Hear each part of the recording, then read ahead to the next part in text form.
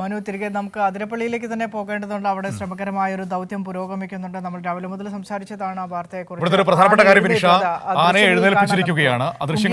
നടുവിൽ നിൽക്കുന്നതാണ് മയക്കുവെടിയേറ്റ ആന. ആനയുടെ മുറിവിൽ മരുന്ന് വെച്ചിരിക്കുന്നു എന്നതാണ് ഏറ്റവും പ്രധാനപ്പെട്ട കാര്യം.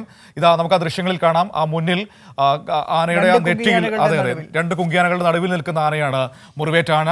അതിന്റെ ആ മുറിവിൽ ഇപ്പോൾ മരുന്ന് വെച്ച് കെട്ടിയിട്ടുണ്ട്. ഇനി ഏറ്റവും ശ്രമകരമായ കാര്യമെന്ന് പറയുന്നത് ഈ ആനയെ ലോറിയിൽ കയറ്റി എത്രയും വേഗം കൊണ്ടുപോവുക എന്നതാണ്. ആ ദൗത്യമാണ് ഇനി മുന്നോട്ട് പോയിക്കൊണ്ടിരിക്കുന്നത്. ഏതായാലും ഇപ്പോൾ ആനയെ എഴുന്നേൽപ്പിച്ച് നിർത്താൻ കഴിഞ്ഞിരിക്കുന്നു എന്നത് ഒരു വളരെ ആശാവഹമായ കാര്യം തന്നെയാണ്. കാരണം ഇനി വണ്ടിയിൽ കയറ്റാൻ വലിയ ബുദ്ധിമുട്ടുണ്ടാകില്ല. കുങ്കിയാനകളുടെ സഹായത്തോടെ വളരെ എളുപ്പത്തിൽ തന്നെ വലിയ ശ്രമകരമല്ലാത്ത രീതിയിൽ കുങ്കിയാനയുടെ സഹായത്തോടെ കയറ്റാവുന്നതേ ഉള്ളൂ. എഴുന്നേൽപ്പിക്കുക എന്നുള്ളത് തന്നെയായിരുന്നു ശ്രമകരമായ ദൗത്യം. ഒന്നാമത്തെ ഘട്ടം വിജയകരമായി പൂർത്തിയാക്കിയിരിക്കുന്നു. മരുന്നുകൾ നൽകിയിട്ടുണ്ട്. മരുന്നും ഏറ്റവും ഭംഗിയായി തന്നെ അതിന് നൽകാൻ കഴിഞ്ഞിട്ടുണ്ട്. അതിന്റെ മുറിവിൽ മരുന്ന് വെച്ച് കെട്ടിയിട്ടുണ്ട്. ഇനി വെള്ളമൊക്കെ തളിക്കുന്നുണ്ട്. എനിക്ക് തോന്നുന്നു വെള്ളം തളിച്ച് ഇനി കണ്ണ് മൂടിക്കെട്ടാൻ അങ്ങനെയുള്ള അങ്ങനെ ചില കാര്യങ്ങളൊക്കെ ഉണ്ടാകാം. ഏതായാലും വളരെ വേഗത്തിൽ ഇനിയിപ്പോൾ ആനയെ വാഹനത്തിലേക്ക് കയറ്റുക എന്നതാണ് അടുത്ത ഘട്ടം. കാരണം തണുപ്പിക്കുകയാണ് ഇപ്പോൾ.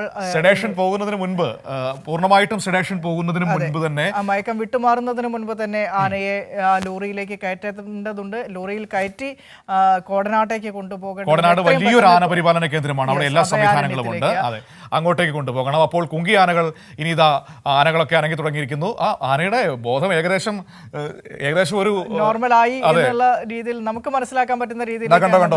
പുറകിൽ നിന്ന് കുത്തിയാണ് അതിനെ മുന്നോട്ടേക്ക് തള്ളുന്നത് കുങ്കി ആനകൾ. അങ്ങനെ അതിനെ തള്ളി നീക്കുകയാണ്. അങ്ങനെയാണ് ചെയ്യാൻ കഴിയുന്നത്. കാരണം ഈ സെഡേഷൻ പൂർണ്ണമായും മാറാത്തത് കൊണ്ട് തന്നെ സ്വന്തം ബോധത്തിൽ ആനയ്ക്ക് നടക്കാൻ കഴിയാത്ത പശ്ചാത്തലമുണ്ട്. അതുകൊണ്ടാണ് അതിനെ തള്ളി കയറ്റിക്കൊണ്ടിരിക്കുന്നത്. കാരണം സെഡേഷൻ പൂർണ്ണമായി മാറിക്കഴിഞ്ഞാൽ അത് ഓടിക്കളയുമല്ലോ. അപ്പോൾ അതുകൊണ്ടാണ് ആ രീതിയിൽ കൈകാര്യം ചെയ്യുന്നത്. ഏതായാലും മുറിവ് വച്ച് കെട്ടി ആനയെ എഴുന്നേൽപ്പിച്ച് നിർത്തുകയെന്ന ഒന്നാം ഘട്ടം അത് വിജയകരമായി പൂർത്തിയാക്കിയിരിക്കുന്നു. ഇനി രണ്ടാം ഘട്ടം എന്ന് പറയുന്നത് ആനയെ വാഹനത്തിൽ കയറ്റുക എന്നതാണ്. അതിനുള്ള ഒരു വലിയ ശ്രമമാണ് ഇപ്പോൾ നടന്നുകൊണ്ടിരിക്കുന്നത്.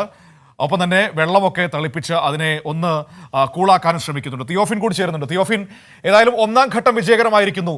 ആനയെ എഴുന്നേൽപ്പിച്ച് അതിന്റെ മുറിവിൽ പ്രാഥമികമായി മരുന്ന് വെച്ചിരിക്കുന്നു. ഇനി അടുത്ത ഘട്ടം എന്ന് പറയുന്നത് അതിനെ ആ ലോറിയിലേക്ക് കയറ്റുക എന്നതാണ്.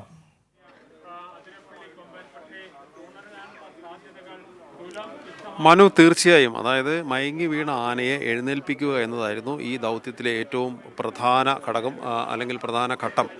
കാരണം അതായിരുന്നു, അതിനുള്ള ലക്ഷ്യത്തിലായിരുന്നു RRTയും ഡോക്ടർമാരും എല്ലാം ശ്രമിച്ചുകൊണ്ടിരുന്നത്. ഡോക്ടർ അരുൺ സക്കറിയുടെ നേതൃത്വത്തിലാണ് ആനയെ പ്രാഥമിക ചികിത്സ കൊടുത്തുകൊണ്ട് ആനയെ എഴുന്നേൽപ്പിക്കാനുള്ള ശ്രമം നടത്തിയത്. ഇതിനിടെ ആനയുടെ ദേഹത്ത് വെള്ളമൊഴിച്ച് അതോടൊപ്പം മറ്റ് ആനകൾ ചിഹ്നം വിളിപ്പിച്ച് ഒച്ചയുണ്ടാക്കിക്കൊണ്ടാണ് ഈ ആന എഴുന്നേൽപ്പിക്കുന്നത്. കാരണം ആനയ്ക്ക് അറിയാവുന്നൊരു ശബ്ദം അതാണ്. ആ ശബ്ദമുണ്ടാക്കിയ കുങ്കിയാനകൾ അത്തരത്തിൽ ശബ്ദമുണ്ടാക്കി ഈ ആനയെ എഴുന്നേൽപ്പിക്കുകയായിരുന്നു. അങ്ങനെ ആന എഴുന്നേറ്റ് നിന്നു. പക്ഷേ ഇപ്പോഴും ആനയെ സെഡേഷനിലാണ്. ആ സെഡേഷൻ അതായത് സെഡേഷനിൽ നിൽക്കുമ്പോൾ തന്നെ മയങ്ങി വീണുപോകാതിരിക്കുന്നതിന് വേണ്ടിയാണ് ഇടയ്ക്കിടെ വെള്ളം ഒഴിച്ചുകൊണ്ടിരിക്കുന്നത്. ആ വെള്ളം ഒഴിച്ച് നിലനിർത്തിക്കൊണ്ട് ആ ഒരു പകുതി മയക്കത്തിൽ ആനയെ പതുക്കെ തള്ളി ലോറിയിലേക്ക് കയറ്റാനാണ് ശ്രമിക്കുക. കാരണം അതാണ് അതിൻ്റെ ഒരു രീതി. കുങ്കിയാനകൾക്ക് പരിശീലനം.